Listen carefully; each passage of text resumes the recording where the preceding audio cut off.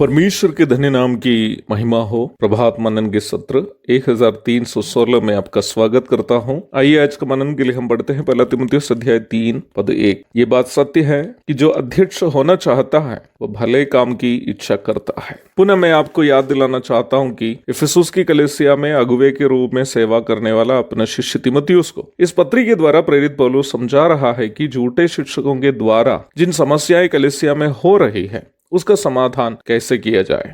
झूठे शिक्षकों की एक पहचान ही है कि वे हमेशा कलीसिया में प्रभु के द्वारा नियुक्त अगुवों के अधीन रहना पसंद नहीं करते हैं और स्वयं नेता बनने की कोशिश करते हैं। दूसरा तीमुथियुस 3:8, तीसरा यूहन्ना पद 9।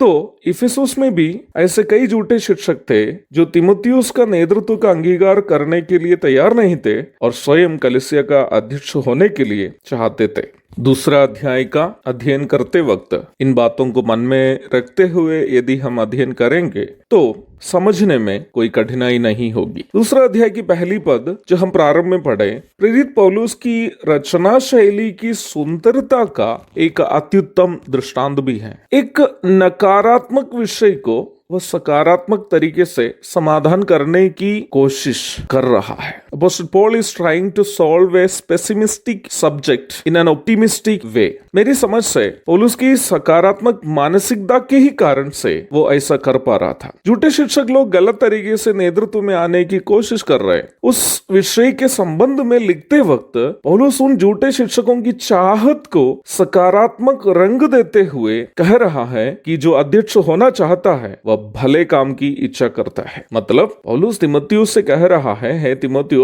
यदि हुमेनियुस, सिकंदर, दियुत्रिफेस आदि लोग नेतृत्व में आना चाहते हैं तो तुमको चिंता करने की आवश्यकता नहीं, क्योंकि अध्यक्ष बनने की इच्छा अथवा अगुवाई करने की इच्छा गलत नहीं है। जो ऐसा चाहता है वो भले काम करना चाहता है। अब मुझे गलत नहीं समझिएगा, पौलुस ये नहीं कह रहा है कि झूठे शिक्षक लोग नेतृत्व में आए, परंतु वह तीमुथियुस को सकारात्मक तरीके से सोचने के लिए प्रेरित कर रहा था। मैं ये कहने के पूर्व कि पौलुस झूठे शिक्षकों की गलत बात की सकारात्मक तरीके से प्रतिक्रिया, क्योंकि सकारात्मक मानसिकता रखने की अनिवार्यता के बारे में कुछ बातें कहना चाहता हूँ। जीवन में एक सकारात्मक मानसिकता अथवा पॉजिटिव एटीट्यूड रखना हम सबके लिए अत्यधिक आवश्यक। ये हमारे लिए और हमारे साथ व्यवहार करने वाले अन्य लोगों के लिए भी फायदेमंद एक स्वभाव है। बिना कोई गलती किए दूसरा कोई हमारे खिलाफ जब कुछ न कुछ करते हैं या बोलते हैं, उस व्यक्ति के प्रति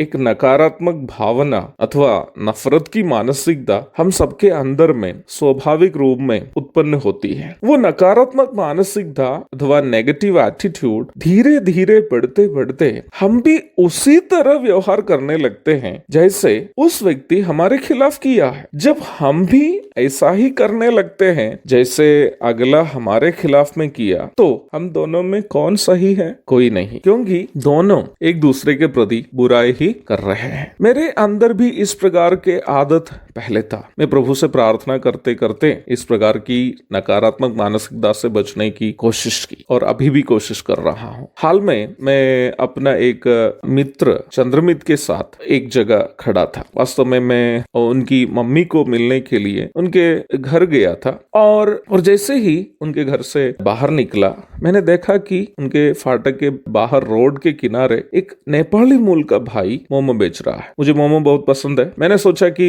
कुछ मोमो खरीदेते और पत्नी बच्चों के लिए भी ले जाते हैं। उसी समय मेरा मित्र चंद्रमित मुझसे कहा, भैया वो वही नेपाली भाई है जो यीशु मसीह का प्रचार करते हैं, जिसके घर में मैं आपको ले गया था। तब मैंने भी उनको पहचाना। वो सेवेंथ डे एडवेंटिस्ट नामक एक मसीह विभाग से ताल्लुक रखने वाला व्यक्ति था जो लोग यहूदियों के शब्द की स्मरणा में शनिवार को आराधना करते हैं। भले ही मैं उनकी शिक्षा को नहीं मानता हो, मुझे ये देखकर तकलीफ हुई कि एक मसीही प्रचारक रोड के किनारे टेबल डालकर मोमो बेच रहा है। मैंने मन में ये सोचकर उनके पास गया कि थोड़ा सा ज्यादा मोमो लूंगा ताकि उनके लिए भी मदद हो जाए। जैसे ही मुझे देखा, उस भाई को भी थोड़ा सा शायद बुरा लगा। वो कहने लगा, मैं मेहनत करके सेवा करता हूँ, मैं उन प्रचारकों के समान नहीं जो बिना काम धंधा किए सेवा करते हैं। मुझे उनकी मानसिकता समझ में आने के कारण मैंने कुछ नहीं बोला, केवल मुस्कुराते हुए रहा। परंतु उनके अंदर शायद नकारात्मक मानसिकता थी, इसलिए मेरा मुस्कुराहट उनके अंदर और भी गुस्सा भर दिया। उन्होंने रोड के किनारे खड़े होकर नेपाली शैली में बोलने लगा, वो भी चिल्लाकर, कि आप लोग रविवार में आराधना करके गलत कर रहे हैं, आप लोग बाइबल के खिलाफ है, और मुझे यहाँ तक वो झूठा शिक्षक भी बोल दिया। उस समय मैंने उनसे कहा, ब्रदर मैं अभी यहाँ आराधना करने नहीं आया, मोमो लेने आया, आप मुझे